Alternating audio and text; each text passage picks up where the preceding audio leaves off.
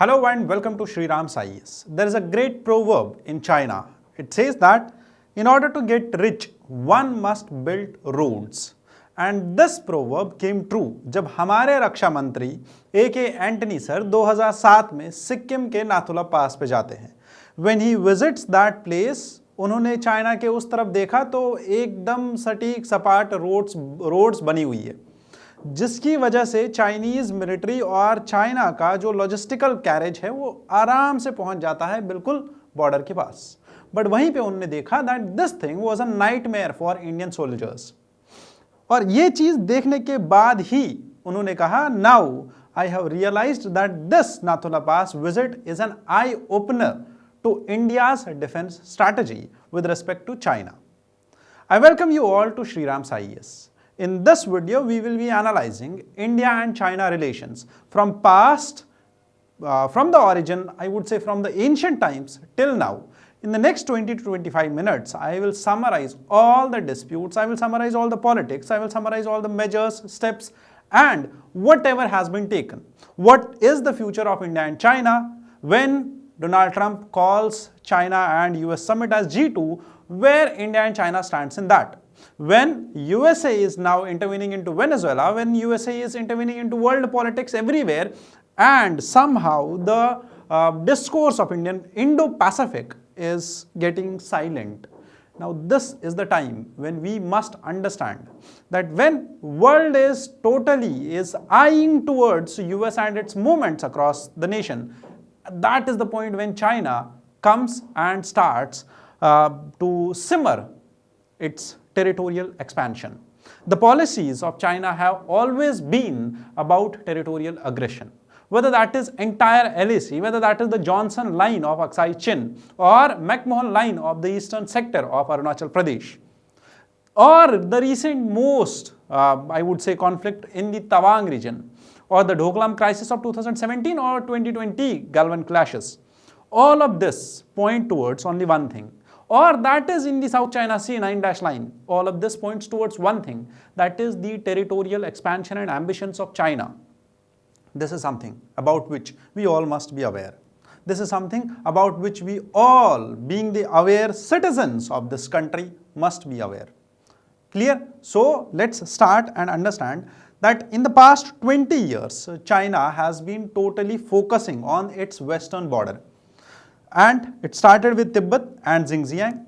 In these 20 years, India had a strategy since 1962, which is usually called as strategy of denial, which India actually deferred its development, infrastructural development in western sector. But in the past few decades, this has again come into picture. As I said, I quoted A.K. Anthony sir saying that जो हमारे उस time के रक्षा मंत्री थे, उन्होंने उस time पे बोला था that Chinese infrastructure is now an eye opener to India's development strategy with respect to the border development. That is why Border Roads Organization came up, और हमने भी बहुत सारे rail, road, airport, airfield projects बनाए. अभी recently अगर मैं बात करूं तो इसमें हमारा इंडिया में दारबुक शियोक रोड आता है जो लद्दाख में है और जो दौलत बेग ओल्डी को कनेक्ट करता है.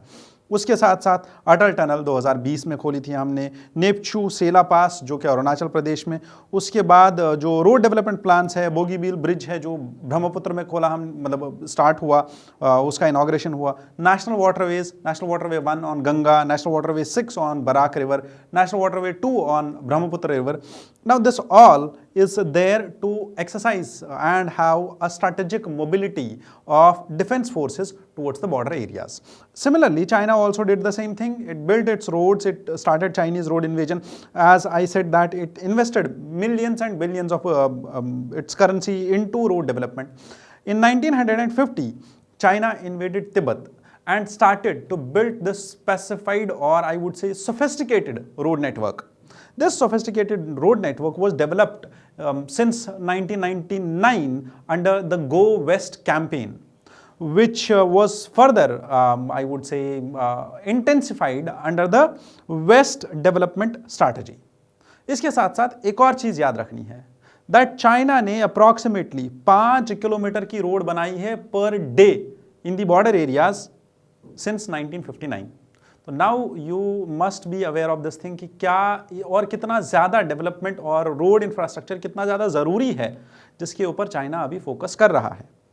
अब हमें भी ये चीज़ देखनी है और हमें भी इसी चीज़ को देखते हुए ये देखना है दैट चाइनीज़ और इंडिया और चाइना के रिलेशंस कितने ज़्यादा ज़रूरी हैं और कितने ज़्यादा ज़रूरी है समझने के लिए। अब ये सब चीज़ें मैंने इसलिए बोली because there has been a recent opinion of some of the experts not only in this newspaper which is Indian Express, जिसमें हमारे फॉर्मर डिप्लोमैट जो रह चुके हैं अशोक के कंधा, जो फॉर्मर डिप्लोमैट रह चुके हैं असम में, अब इनका ही एक्सपर्ट ओपिनियन था इस एक आर्टिकल में, बट इसके बेसिस पे I have developed and research all across internet and we have and particularly मैंने इस पूरे वीडियो को समराइज करने के लिए ये देखा that what should we do. So I started from the origin, from the historical context and we will end up today that how LAC plays the central role nowadays, how LAC dispute came up and why should India be worried about LAC dispute. So let's start the video. The first thing is how many territorial disputes are there in India and China, what relations do drive us, because अगर आप देखें India और China का border जो कि यहाँ से start होता है करंटली बेसिकली और फिर यहाँ पे अरुणाचल, ठीक है। ये कुछ एरिया ऐसा है जहाँ पे हमारे पास this area which is usually known as Shaksgam valley, जो कि पाकिस्तान ने चाइना को दे दिया। Aksai Chin which China actually had from India, और अभी भी ये it is Indian territory. Shaksgam valley is Indian territory, Aksai Chin is Indian territory, occupied by China further और claimed by China। यहाँ पे भी हमारा बॉर्डर मिलता है चाइना और इंडिया का। अरुणाचल प्रदेश में ये एक ऐसा रीजन है जो कि बहुत ही ज़्यादा डिस्प्यूटेड है। China claims multiple parts of it. Tawang यहाँ पे एक रीजन है जहाँ पे क्लेम्स हो रही है। दिस इज़ द बॉर्डर जहाँ जिसको हम मैकमोहन लाइन बोलते हैं, which was signed between the then British India and I would say British India and the Tibet government. This is the Johnson line, which this is the Johnson line, sorry, this is the Johnson line. The outer line is the Johnson line, which India believes in, but China does not believe in that. So we need to understand that there is a long border, and we need to understand that these relations go back into history to present. We need to understand that it is not only about politics, it's about geography also. We are a lower riparian state in multiple river disputes with respect to China. When we talk about Brahmaputra, when it takes a turn into India, this part or Yarlung Sangpo, which is the local name of Brahmaputra in China, we should understand that this river or Siom River, Dite Dime, or this river has been in news continuously. Not only this, there have been illegal Chinese settlements जो कि border areas में China ने 14th 5-year plan के अंदर एक बहुत ही अच्छा एक ना आई वुड से एक स्टेप लिया था अपने लिए। हमारे लिए तो अच्छा नहीं होगा वो, ऑब्वियस सी बात है। 14th 5-year प्लान के अंदर चाइना ने एयरफील्ड्स डेवलप करना स्टार्ट किया था। एयरफील्ड्स डेवलप करते हुए तिब्बत और जिंगजियांग के रीजन में उन्होंने आज की डेट में 130 प्लस एयरफील्ड्स बनाए हैं। इसके साथ साथ उन्होंने कुछ बॉर्डर विलेजेस बनाए जिनको जियोकेन और जियोकैंग विलेजेस बोलते हैं। अब जियोकैंग विलेजेस इसलिए बोलते हैं because they are in the prefecture of Ngari prefecture and Nyingchi prefecture. Ngari prefecture हमारा पड़ता है उत्तराखंड में और यिंगशू परफेक्चर हमारा पड़ता है अरुणाचल प्रदेश में। यहाँ पे जो विलेजेस बन रहे हैं ये बॉर्डर विलेजेस हैं, और इसी को अगर आप देखें तो इंडिया में भी हमने border village area development program launch किया था, इफ़ यू रिमेंबर सो, ताकि हमारे यहाँ पे जितने भी हमारी साइड से बॉर्डर विलेजेस हैं उनको डेवलप किया जाए। बट प्रॉब्लम ये है इन विलेजेस के चलते हुए चाइना क्या करता है, वो बॉर्डर एरियाज में सेटलमेंट्स लेके आता है। अब पहले तो विलेज सेटल हो गया, वहाँ पे लोग आ गए, अब उन लोगों की प्रोटेक्शन के लिए आर्मी चाहिए। फिर चाइनीज़ मिलिट्री आ गई, PLA आ गई, जो पीपल्स लिबरेशन आर्मी है चाइना की, वो आ गई। उन्होंने स्टार्ट किया वहाँ पे सेटलमेंट बनाना। पहले सेटलमेंट था टेम्पररी, किस रीजन में, यहाँ पे इस रीजन में पहले सेटलमेंट टेम्पररी होंगे, फिर उनको परमानेंट कन्वर्ट किया जाएगा as was shown in multiple satellite images. तो अब यहां से भी हमें समझना है that it is a multi dimensional conflict, whether you talk about geography, about rivers, electricity, you talk about the politics, territorial disputes, everything is a mix. But we should understand कि हमें इसको थोड़ा सा स्ट्रीमलाइन करके ही चलना पड़ेगा, तरीके से चलना पड़ेगा। वो दो जायंट्स जिनको यूजुअली एलिफेंट एंड ड्रैगन बोला जाता है,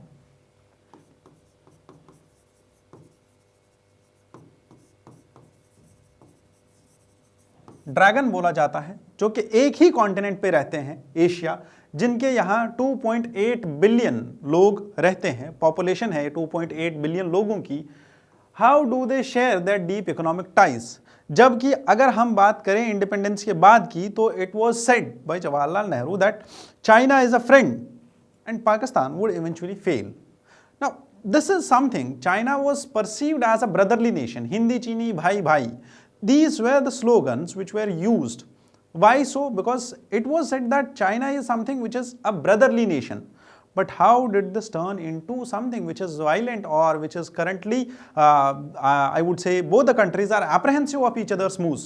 Whether it is about the maps, whether it is about SCO, terrorism, World Trade Organization, CPEC, or BRO, anything, BRI, everything is coming up with those apprehensions of the Chinese ambitions for territorial expansion and India's ambitions of defending itself. Now, starting from the ancient times, in 2nd century BC, before Christ, early commerce and trade started between the two civilizations, Indian and Chinese civilization. तब से trade चल रहा है इन दो civilizations के बीच में। 1st century AD में बुद्धिज्म स्प्रेड होना स्टार्ट होता है और इंडिया से बहुत सारे बुद्धिस्ट स्कॉलर्स जाना शुरू होते हैं, कहां पे? चाइना में, जिनको फिर मेडिवल टाइम्स में और ज्यादा, आई वुड से एंशिएंट टाइम्स में भी, मौर्यन टाइम्स में भी, गुप्तास के टाइम्स में भी ट्रैवलर्स आए हैं चाइना से और यहां से भी गए हैं। यूपीएससी ने भी ये क्वेश्चन पूछा है। इवन बोधि धर्मा जो कि यहाँ से आए थे, क्या बोलते हैं इसको, जो कि चाइनीज ट्रैवलर्स के साथ ही थे, कुछ लोग यहाँ से गए थे, कुछ लोग वहाँ से आए थे। यूपीएससी ने 2025 के पेपर में ये क्वेश्चन पूछा था कि यहाँ से कौन से चाइनीज स्कॉलर, यहाँ से इंडिया से कौन से स्कॉलर गए थे, ट्रैवलर गए थे चाइना। Remember this. और ये बहुत इंपॉर्टेंट क्वेश्चन था 2025 का, और अगर आपको पता हो तो मुझे कमेंट सेक्शन में बताओ कि कौन सा ऐसा स्कॉलर था जो इंडिया से गया चाइना, किस लिए? बुद्धिज्म को नॉट ओनली स्प्रेड करने के लिए बट सीखने के लिए और बुद्धिस्ट लर्निंग्स करने के लिए। ठीक है, फाहिन, ह्यून सांग, ये कुछ ऐसे नाम हैं जो आपने सुने होंगे, और इस साल भी अभी रिसेंटली पेपर में आया था, इसी साल पेपर में आया था कि ह्यून सांग किसके टाइम पीरियड में यहाँ इंडिया में आया था। 1890 और 1940 से, मतलब 1890 से लेके 1940 तक इंडिपेंडेंस स्ट्रगल चला, 1947 तक चला, 1950s तक चला, और यहाँ पे मेडिकल मिशंस, कल्चरल विजिट्स होते रहे इंडिया और चाइना के बीच में, ऐसा नहीं है कि ख़त्म हो गया। 1950s में ये डिप्लोमेटिक टाइज हमारे बढ़े, हमने 1950s में पहली बार डिप्लोमेटिक जो एंगेजमेंट्स हैं उनको एस्टैब्लिश किया।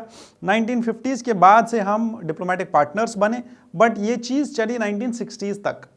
40 और 60 was best 2 decades for India-China relations, but then again in 1950 हमने डिप्लोमेटिक रिलेशंस एस्टैब्लिश करी। 1954 में Panchsheel principles were signed. Panchsheel principles talk about mutual, I would say, non-interference, cohesion, और दोनों का सॉवरेनिटी को रिस्पेक्ट करना, एक दूसरे की टेरिटोरियल इंटेग्रिटी को बरकरार रखना। उसके बाद 1962 में, 54 में पंचशील एग्रीमेंट साइन करने के बाद 62 में स्टार्ट होता है पहला कॉन्फ्लिक्ट, जो कि स्टार्ट होता है अक्साई चिन वाले रीजन में और अरुणाचल प्रदेश वाले रीजन में 1962 में। अब यहां पे हुआ क्या? चाइनीज एग्रेशन दोनों साइड से। चाइना ने अक्साई चिन और अरुणाचल प्रदेश में, चाइना ने बोला अक्साई चिन आप हमें दे दो, क्योंकि वो इंडिया के पास अभी भी है, वो आप हमें दे दो, और अरुणाचल प्रदेश में जो अक्साई चिन है वो हम आपको दे देंगे, और जो क्या बोलते हैं इसको, हमारे पास अरुणाचल प्रदेश है वो आप हमें दे दो, because It is something which China says that it is the reflection, or I would say the image, or I would say reflective image of Tibet. Now we will go into that in detail थोड़ा सा देर में. 1976 में full diplomatic ties वे restored after 15 years. 62 के बाद 76 में 15 साल लगे वापस डिप्लोमेटिक टाइज को एस्टैब्लिश करने में. उसके बाद 2006 में नाथुला पास वाज रीओपन्ड फॉर ट्रेड. 2017 से लेकर 2022 तक ढोकलाम क्राइसिस हुआ, गलवान वैली और तवांग में क्राइसिस हुए. ना तीनों ही चीज़ों को हम डिटेल में डिस्कस करने वाले हैं. पहले समझते हैं इंडिया और चाइना के बीच का जो बॉर्डर है वो बॉर्डर कैसे डिस्ट्रीब्यूटेड है. सबसे लंबा बॉर्डर हमारा है जम्मू एंड कश्मीर में, उसके बाद अरुणाचल, उत्तराखंड, सिक्किम एंड देन हिमाचल सबसे छोटा. Now India shares a complex high altitude border with China and through 5 states. 5 states है जो चाइना के साथ बॉर्डर शेयर करते हैं. This too was something which was asked somewhere. I don't remember whether it was in UPSC or in some state PSC. The line of actual control remains not fully demarcated. That is why.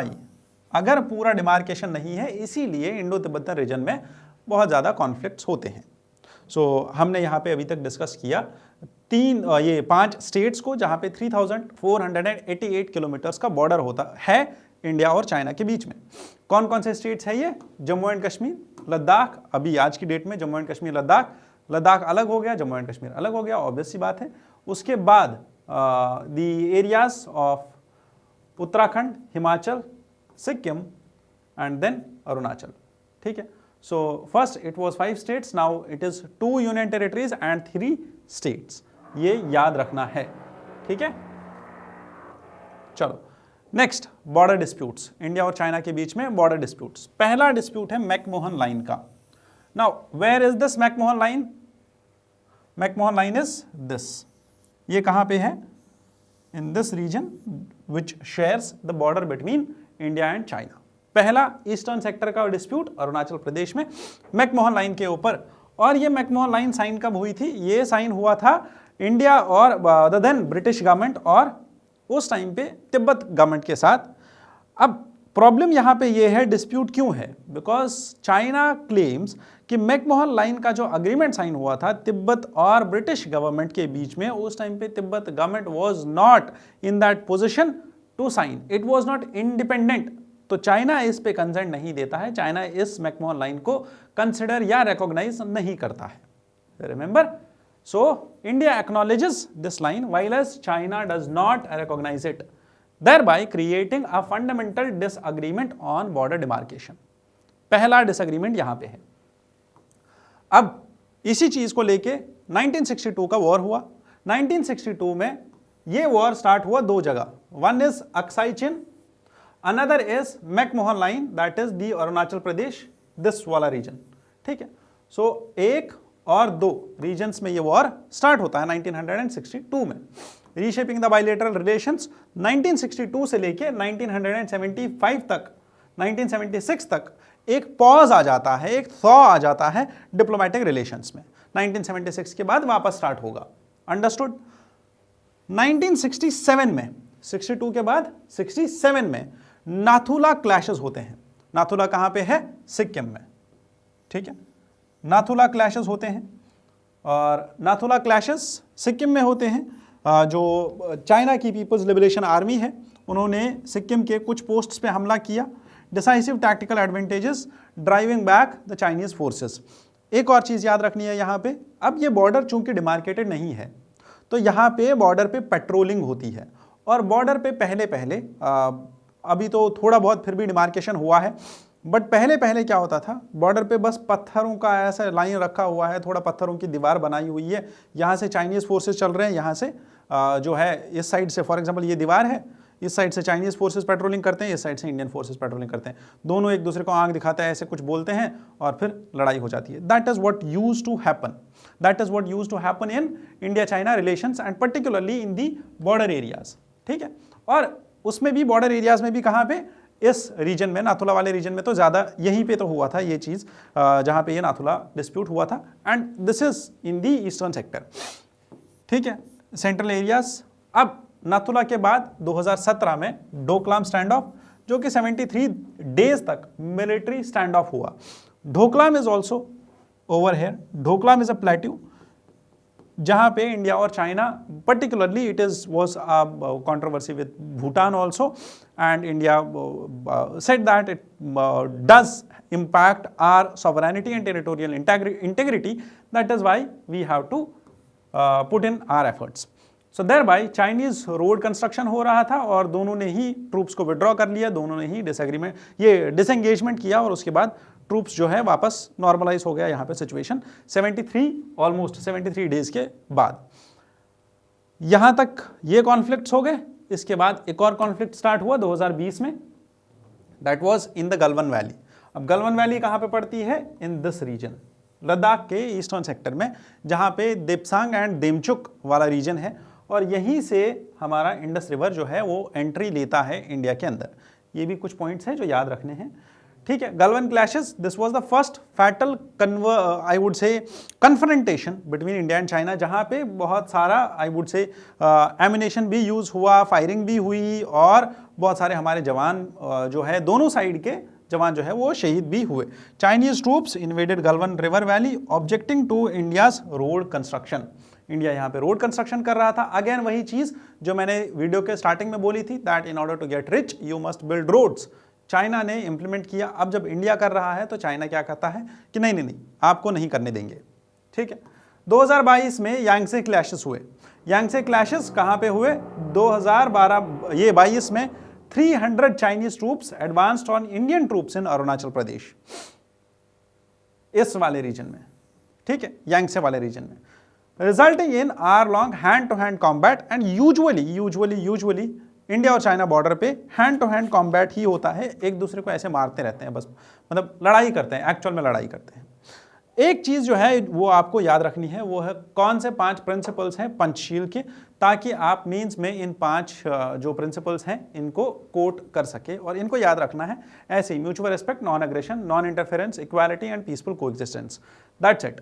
India और China दोनों आपस में cooperation भी करते हैं। ऐसा नहीं है कि बस 24 घंटे लड़ाई ही करते रहते हैं, नहीं, कभी कभी इनके बीच में सुलह भी होती है और कभी कभी ये दोनों आपस में थोड़ा बहुत ना मतलब वो भाईचारा भी दिखाते हैं। जैसे 50s में हमने बोला था हिंदी चीनी भाई भाई, तो कुछ प्लेटफॉर्म्स हैं हमारे पास, जैसे ब्रिक्स में इंडिया और चाइना दोनों ही साथ में हैं और ब्रिक्स में ये दोनों ही कोलैबोरेट करते हैं और दोनों ही एक दूसरे का साथ देते हैं। Because BRICS is a platform जहाँ पे अगर आप देखें तो इस बार भी आई वुड से टैरिफ्स के बारे में, जब US came up with a lot of tariffs on BRICS nations, तो उस टाइम पे भी चाइना और इंडिया का सेम स्टेटमेंट था that we totally deny and disagree with this. That is how these platforms work for us. SCO की बात करें, Shanghai cooperation organization, in 2017 Russia, China, 2017 में तो ये इंडिया और पाकिस्तान ने ज्वाइन किया था।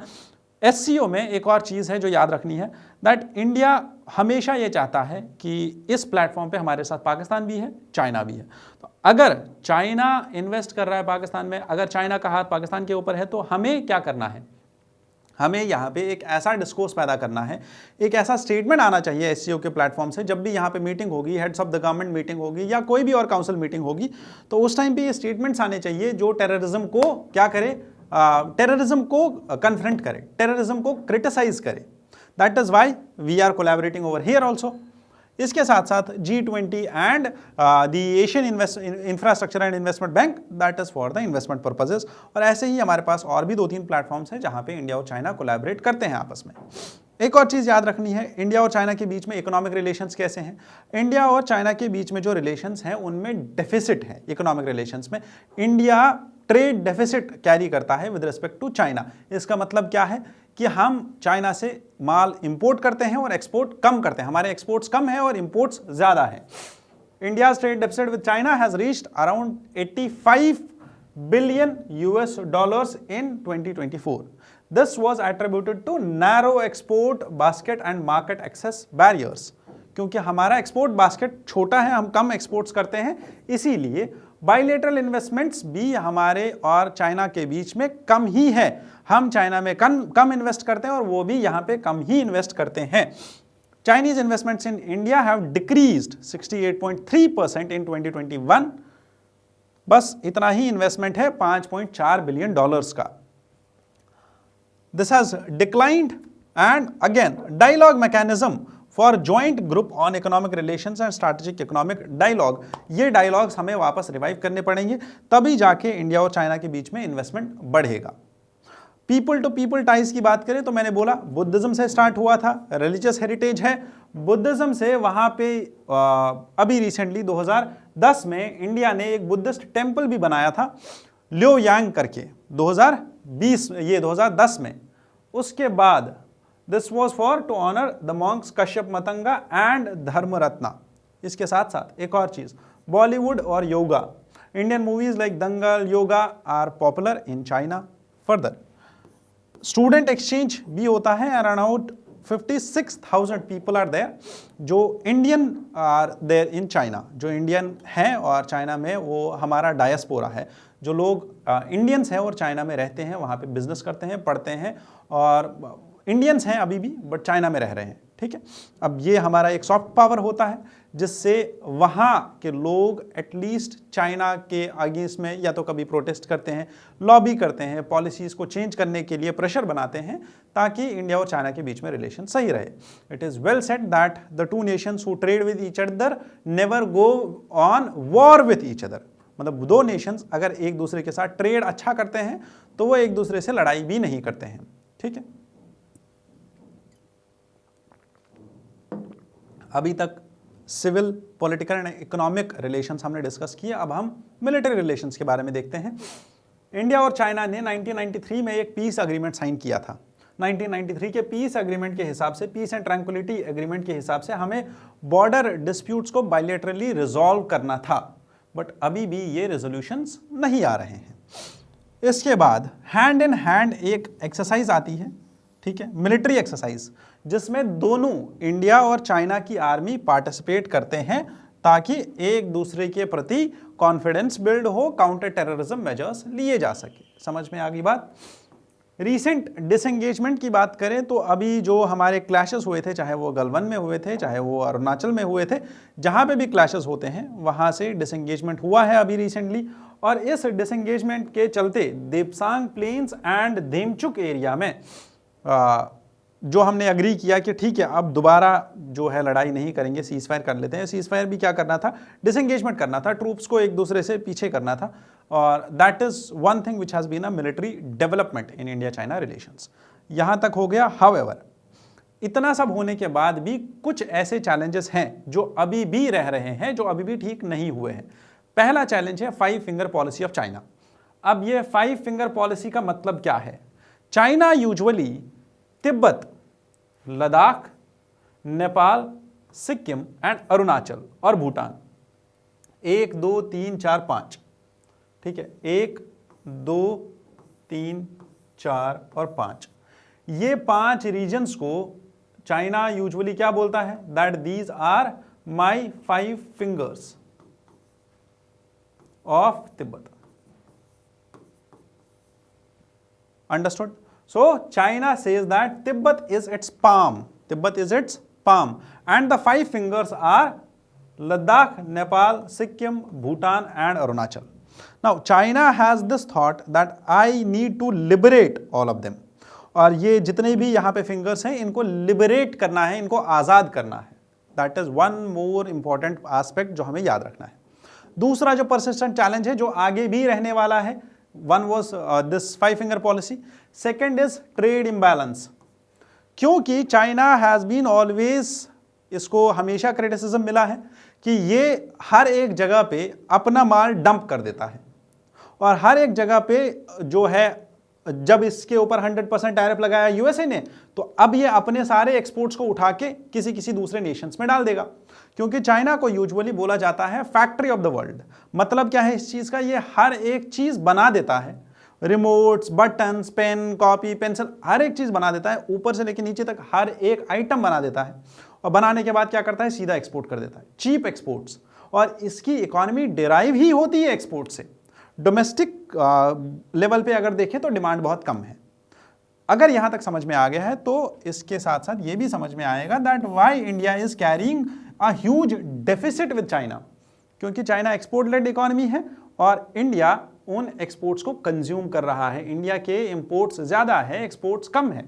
That is the trade deficit, जो कि हमेशा ही रह रहा, मतलब हमेशा से है और यह आगे भी रह सकता है, unless and until India increases its productivity and India increases its exports towards China. One more thing, that is string of pearls. Now this is something which is China's futuristic ambition. ये long term ambition है China का और ये भी रहेगा हमारे बीच में challenge. China's strategy to encircle India, पूरा इंडिया को encircle करना है कैसे? With the chain of military and commercial facilities on land and sea. अगर आप यहाँ पे देखो तो ग्वादार, जो कि चाइना का ही एक पोर्ट है, I would say proxy investment, Hambantota Sri Lanka में, उसके बाद बांग्लादेश में Chittagong port facility, commercial naval base, surveillance base, Kra canal के ऊपर चाइना का थोड़ा बहुत इन्फ्लुएंस बढ़ाना, साउथ चाइना सी में oil drilling, woody island airfield और हाइयन आइलैंड एयरफील्ड जो चाइना डेवलप कर रहा है। These are all the elements of strings of pearls policy just to do what? Just to encircle India. Just to encircle India. Understood? One more important aspect, that is water security. India और China के बीच में मैं बताऊं आपको, तो अगर कोई रिवर चाइना से होकर गुजरता है और उसके बाद इंडिया में आता है, नाउ अंडरस्टैंड, अगर चाइना ने यहाँ पे डैम बना दिया और इस रिवर का पूरा पानी रोक दिया और वो पानी एज अ वेपन यूज कर लिया इंडिया के ऊपर, कि पूरा ही पानी एक बार में छोड़ दिया, नीचे बाढ़ आ गई, पूरा agriculture, settlement, people, everything will get destroyed. That is the weaponization of water. और इसमें सबसे बड़ा दिक्कत है Yarlung Tsangpo river and Yarlung Tsangpo dam, जिसको हम ब्रह्मपुत्र रिवर भी बोलते हैं हमारे यहाँ। Now this is the China weaponizing the Yarlung Tsangpo, 3 times the size of Grand Canyon project. China अभी बना रहा है एक यारलंग सांगपो डैम, एक मेगा डैम इस रिवर के ऊपर, जो कहां पे बनेगा? इस रीजन में। अब ये बहुत ही बड़ा एक आई वुड से एक रीजन है, एक बहुत ही बड़ा एक डैम है। अभी भी इसके ऊपर 80% of the Brahmaputra's water generated within India, Beijing इसको अपस्ट्रीम ही आई वुड से कंट्रोल करता है। अब इस पानी को चाइना कभी भी यूज कर सकता है as what? As weapon. That is how China uses its geographical I would say rather its geographical power to harness और to impose I would say impose the control over the lower riparian state. Understood? लास्ट में you also need to remember that Indian ocean में जितनी भी activities China करता है, whether that is 9 dash line, वो कुछ आइलैंड्स नेशंस के ऊपर क्लेम करता है, वो उसका एक बहुत ही बड़ा Chinese vessel yuan Wang 5 which creates security concerns with respect to the surveillance, उसकी सबमरीन्स कभी कभी हमारे टेरिटोरियल वाटर्स में आ जाती है, तो this is something which usually disturbs the India-China relations. These are the persistent issues और ये रहेंगे. अब सबसे बड़ा इशू है लाइन ऑफ एक्चुअल कंट्रोल का. अब मतलब मैं बस इतना ही बताऊंगा. देखो लाइन ऑफ एक्चुअल कंट्रोल में कंट्रोल असल में है क्या चीज़. लाइन ऑफ एक्चुअल कंट्रोल की अगर मैं बात करूं तो दिस रीजन जो आप यहां पे देख रहे हो, ये जो बॉर्डर इंडिया और चाइना के बीच में बन रहा है, सी इंडिया सेज, ये जो बाहर वाली लाइन है जॉनसन लाइन, एंड ये जो बाहर वाली लाइन है दिस इज मैकमोहन लाइन. ठीक है, this line and this line, India says this is the actual border between India and China. ठीक है, समझ में आ गया. बट चाइना सेज नहीं, this should be the actual, और लाइन ऑफ एक्चुअल कंट्रोल का मतलब यह है दैट जो अभी कंट्रोल में एरिया है वही लाइन ऑफ एक्चुअल कंट्रोल है. बट ये एक्चुअल कंट्रोल वाला पॉइंट आया कहां से, क्यों बर्थ हुआ इसका, किसने इसको जन्म दिया और ये कहां से आया, यही चीज है जो हमें समझना है. So what is line of actual control? Actually it is the de facto जहां पे अभी एक्चुअल कंट्रोल है, मिलिट्री बाउंड्री जो मिलिट्री कंट्रोल कर रही है between India and China, but it is not a formally agreed border. मतलब इसका कहीं पे भी साइन नहीं हुआ है, कोई अग्रीमेंट साइन नहीं हुआ है, बॉर्डर अग्रीमेंट नहीं साइन हुआ है. It is currently being held by the army, weather that is Indian army और चाइनीज आर्मी. कहीं पे भी कोई इंटरनेशनल बाउंड्री एग्रीमेंट साइन नहीं हुआ है. It is the line up to which each country controls its territory on ground, even though both nations fundamentally disagree on the control. Thereby LAC is not a line on the map, it is a zone of contested control. ये वो area है जहां पे दोनों ही ये बोल रहे हैं कि ये मेरा है, वो बोल रहा है मेरा है, ये बोल रहा है मेरा है, ये बोल रहा है मेरा है. अंडरस्टूड? दैट इज वाई ये जो LAC है यही बहुत बड़ी प्रॉब्लम है इंडिया और चाइना के बीच में. बट इस LAC का रूट कहां पे है, कहां से इसको ओरिजिनेट, ये कहां से ओरिजिनेट हुआ, कैसे बना, और LAC का कॉन्सेप्ट इतना डीपली इंडिया और चाइना के रिलेशंस को क्यों हैम्पर करता है. पहला पॉइंट, हिस्टोरिकल गैप, क्योंकि हिस्ट्री में भी कभी भी हमने कोई भी बाउंड्री एग्रीमेंट फाइनलाइज नहीं किया इंडिया और चाइना के बीच में. So there bye the border remains undefined and disputed. Strategic ambiguity, अब अगर आपने देखा, it is usually said by, और ये यूजुअली बोला जाता है लॉ के पर्सपेक्टिव में, that where there is no law there is no liberty. जब कहीं पे कोई कानून ही नहीं होगा तो आपके पास कोई लिबर्टी भी नहीं होगी. मतलब ये है कि अगर आपके पास राइट, मतलब कानून ही नहीं है तो आपके पास राइट्स भी नहीं है. What does that mean? अगर मैंने फंडामेंटल राइट्स बनाए ही नहीं होते तो आपके पास होते भी नहीं, और अगर आपके पास फंडामेंटल राइट नहीं है तो इसका मतलब आपके पास कोई भी राइट नहीं है. अगर आपके पास एक राइट नहीं है तो मतलब आपके पास कोई भी राइट नहीं है. क्यों? क्योंकि अगर मैंने लॉ नहीं बनाया उनको प्रोटेक्ट करने के लिए तो कोई भी आके वायलेट कर देगा. जब कोई भी आके वायलेट कर रहा है तो इसका मतलब होने ना होने से कोई फायदा ही नहीं है. You are still in the state of nature, you are still in the threat that I will die at any point of time. कोई भी आके मुझे मार देगा. इसीलिए state comes up with laws, इसीलिए laws ensure that there is proper liberty. वैसे ही हमें यहां पे देखना है जब बॉर्डर एरिया डिमार्केट ही नहीं हुआ है, जब बॉर्डर एरिया में हमने बताया ही नहीं दैट ये एग्जैक्ट बॉर्डर है, ये एम्बिग्यूअस बॉर्डर अगर छोड़ दिया हमने, अब दोनों में से कोई भी कंट्री इसका गलत फायदा उठाएगी. और वो कौन उठा रहा है? वो चाइना उठा रहा है. कैसे? Using ambiguity it starts to pressure. China की एक पॉलिसी है, 4 स्टेप आगे चलो 2 स्टेप पीछे चलो, 4 स्टेप आगे चलो 2 स्टेप पीछे चलो. इसका मतलब क्या है कि आप थोड़ा ज्यादा कवर कर लो और उसके बाद थोड़ा सा छोड़ के बोल दो हाँ ठीक है अब मैं कुछ नहीं कर रहा. ठीक है, तो ऐसे ही ये अपना टेरिटोरियल एक्सपेंशन कर रहा है. इसी ऐसे ही इसने मंचूरिया में, ऐसे ही इसने तिब्बत में, जिंगजियांग में, हर जगह किया.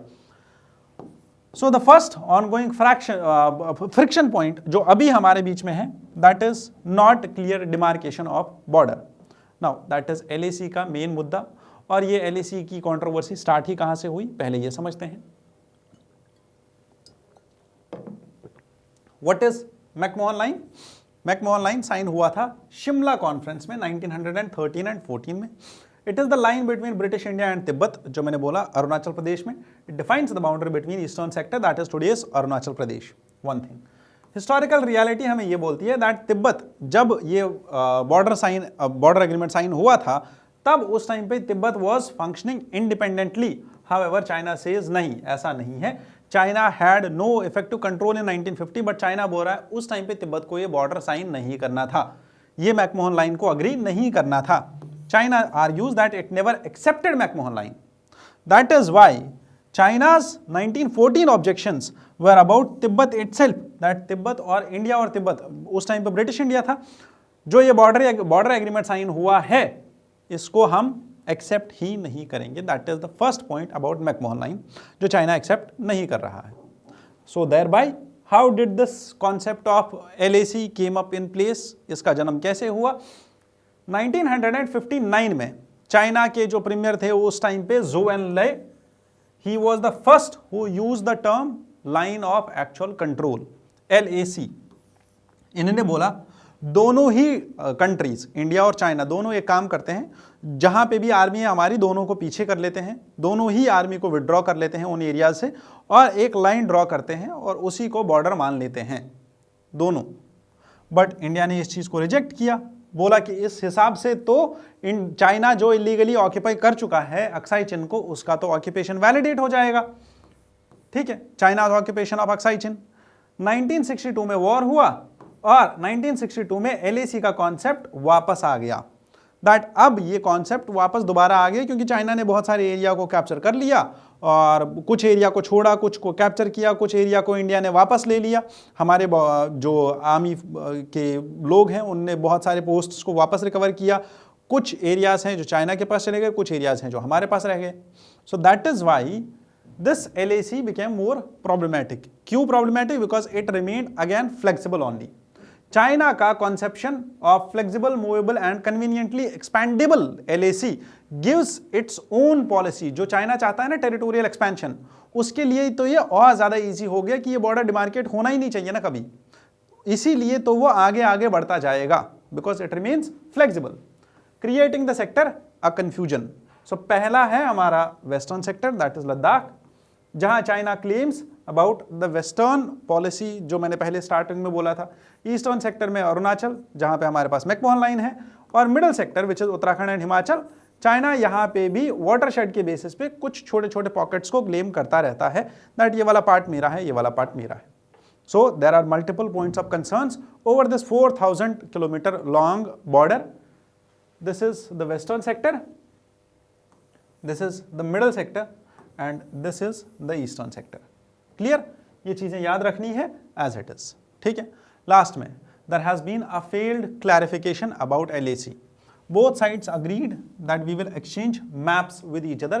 जो मैप हमने जहाँ पे भी हम अभी कंट्रोल किया हुआ है किसी भी रीजन में, तो उस मैप को हम वापस से दोबारा से क्या करेंगे, शेयर करेंगे कि मेरे पास कितना एरिया है कंट्रोल में, तुम्हारे पास कितना एरिया है कंट्रोल में, उसको हम शेयर करते हैं, उन मैप्स को शेयर करते हैं। बट जब भी ऐसा हुआ कि एक दूसरे के साथ मैप्स शेयर करने थे, ओनली मिडिल सेक्टर का मैप जो है शेयर किया किसने, चाइना ने, इस मिडिल सेक्टर का map.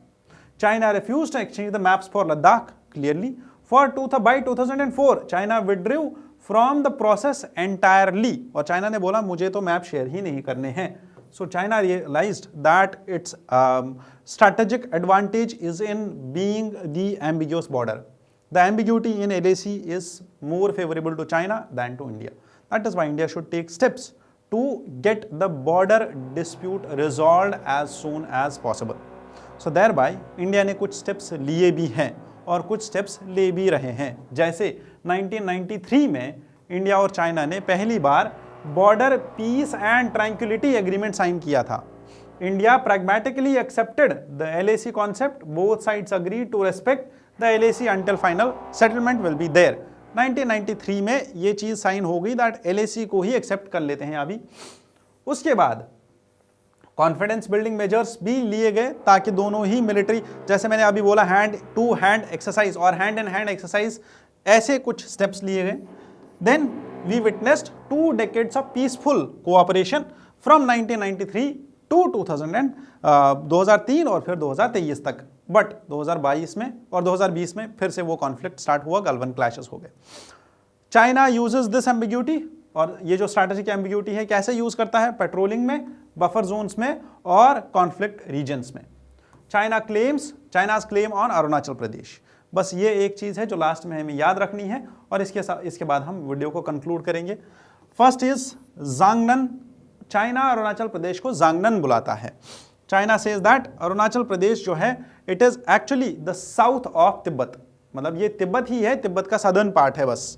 Only 3 small pockets are currently under Chinese adverse possession.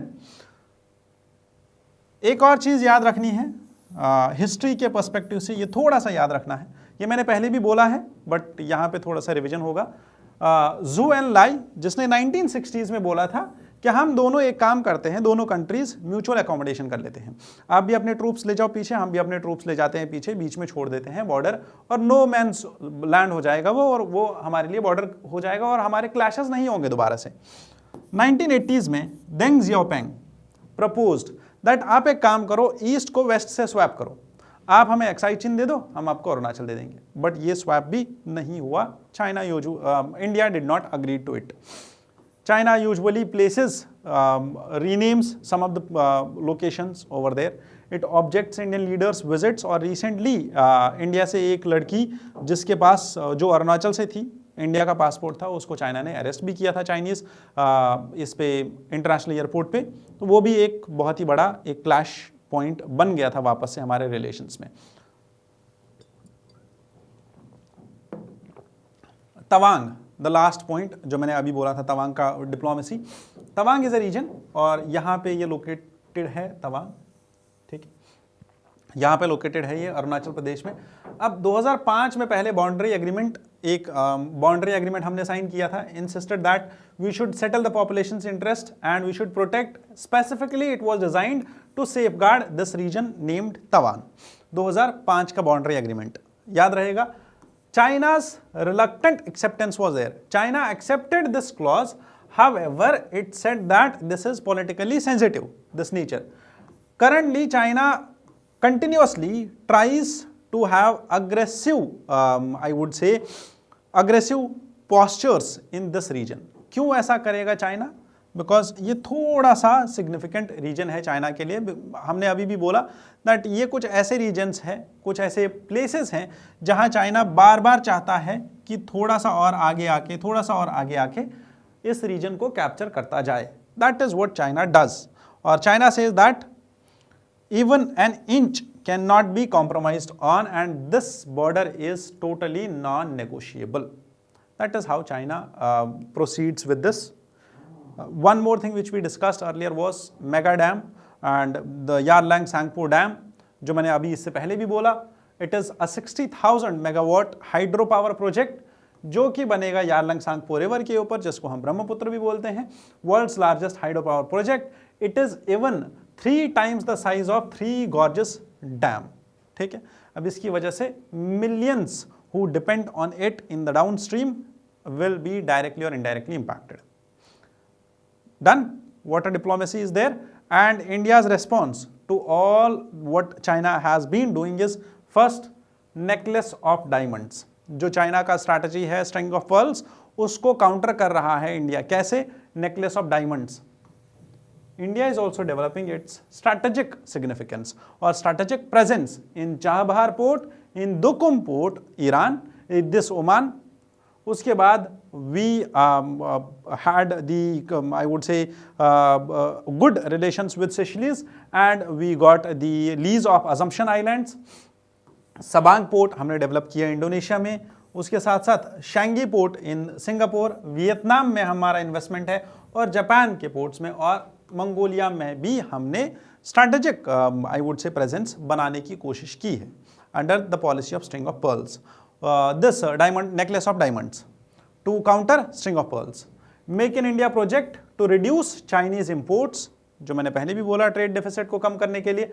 Defence capabilities, हमने अभी F-35 डील भी साइन किया था, रफाल जेट्स भी मंगाए हमने, S-400 भी मंगाया हमने. हमारे डिफेंस के आइटम्स को हम अपग्रेड कर रहे हैं.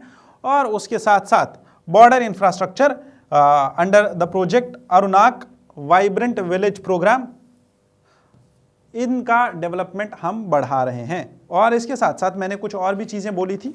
मैंने बोला था दैट इंडिया और चाइना जो है और इंडिया ने particularly in the western sector we have developed the Darbuk Shyok Daulat Beg Oldi road.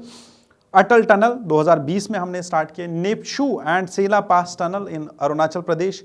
Special accelerated road development programme in this region was there. Bogibeel bridge हमने अभी रिसेंटली स्टार्ट किया ब्रह्मपुत्र में. National waterway 1, 6 and 2 largest hydro electric project in the Dibang. Gati Shakti scheme के अंदर यहाँ पे roads बन रहे हैं. उसके साथ साथ उड़ान स्कीम, जिसकी वजह से एयर कनेक्टिविटी बेटर होगी. पैक्योंग सिक्किम, तेजू एंड थॉइज, ये 3 एरियाज हैं जहाँ पे हमने अभी रिसेंटली एयरपोर्ट्स बनाए हैं, इंटरनेशनल एयरपोर्ट्स.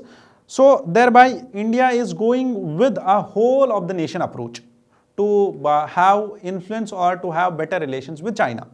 अब इस चीज़ को इम्प्रोवाइज करने के लिए we should at least write a way forward और path forward for India China relations. So first water issues को ठीक करना है, ईस्टर्न डिटरेंस को कम करना है, prevent the Ladakh style tactics, और उसके साथ साथ link the territory and water both together. We should challenge the ambiguity which is there. हमारे foreign external affairs minister Jaishankar sir ये बोलते हैं that an Asian century can not happen if India and China do not join hands. This is something which shows us the significance of India and China relations. That जो गुरुनाल मृदल लिखते हैं the Asian drama में, that 21st century is about the Asian century. External Affairs Minister Jaishankar says that this Asian century is not possible if India and China do not join hands together. So that is how we should conclude this topic. That is how we should understand that this is most comprehensive video on India and China relations. With this, let's conclude today's discussion. I wish you all the best. And if you have any problems regarding mentorship, regarding the UPSC preparation, you can connect us. The links to connect to Shriram's IAS are given in the description section below. You will find Telegram, Instagram and other links also. You can directly contact also. You will get free mentorship sessions in Shriram's IAS. With this, let's conclude today's discussion. Jai Hind.